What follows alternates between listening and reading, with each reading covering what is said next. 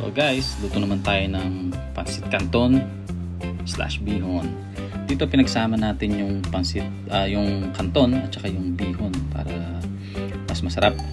Although gusto ko rin yung plain ng pansit canton lang, pero this time na isipan natin paghaluin siya. So yan po yung mga ingredients natin. Ito pong meat natin, separately na natin siya na iluto with lots of spices, kaya masarap na po yan. Ito naman yung mga gulay natin, onion, garlic, carrots, bell pepper, and yung cabbage natin. So ito na po, finish na po ito. Naluto na natin tong pansit natin, bihon with canton. And then separately niluto po natin yung vegetables niya para mahuli natin yung tamang lutong niya. I-half cook kasi natin siya. So this time na paghalo na po natin siya, prepared na po siya. It's time for taste test na. Siyempre papakita ko lang dito yung parokyano natin, yung madalas natin, yung avid fans natin na kumakain natin mga luto.